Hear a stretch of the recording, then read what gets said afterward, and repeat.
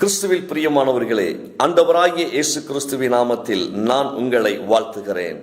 லூக்கா 8:52 வாசிக்கிற பொழுது, யவீர் எனக்குடைய ஜெப ஆலய தலைவரின் மகள் மரித்து போனாள் என்று அவருடைய வீட்டிலே ஜனங்கள் அழுது புலம்பிக் கொண்டிருக்கிறார்கள். இயேசு அந்த வீட்டிற்கு சென்று ஜனங்களை பார்த்து சொல்லுகிறார், நீங்கள் அழாதீர்கள், இவள் மரிக்கவில்லை, இவள் உறங்கிக் கொண்டிருக்கிறாள் என்று சொல்லி.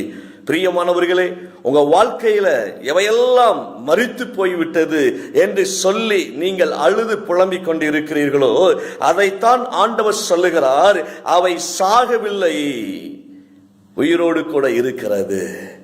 நீங்கள் எல்லாம் முடிந்து விட்டது என்று சொல்லி புலம்பிக் கொண்டிருக்கலாம். ஆண்டவர் சொல்லுகிறார், நீ எல்லாம் முடிந்தது என்று சொல்லி பார்க்காதே, முடியவில்லை, வாழ்க்கையில் எல்லா ஆசீர்வாதம் இருக்கிறது என்பதை நீ பார்க்க பழகிக்கொள்.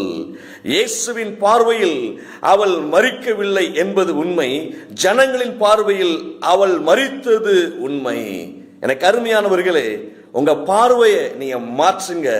இயேசுவை போல பார்க்க நாம் பழகுகிற பொழுது இழந்த எல்லா ஆசீர்வாதங்களையும் மீண்டும் பெற்றுக்கொள்ள முடியும். ஆண்டவர் உங்களை ஆசீர்வதிப்பாராக. ஆமேன்.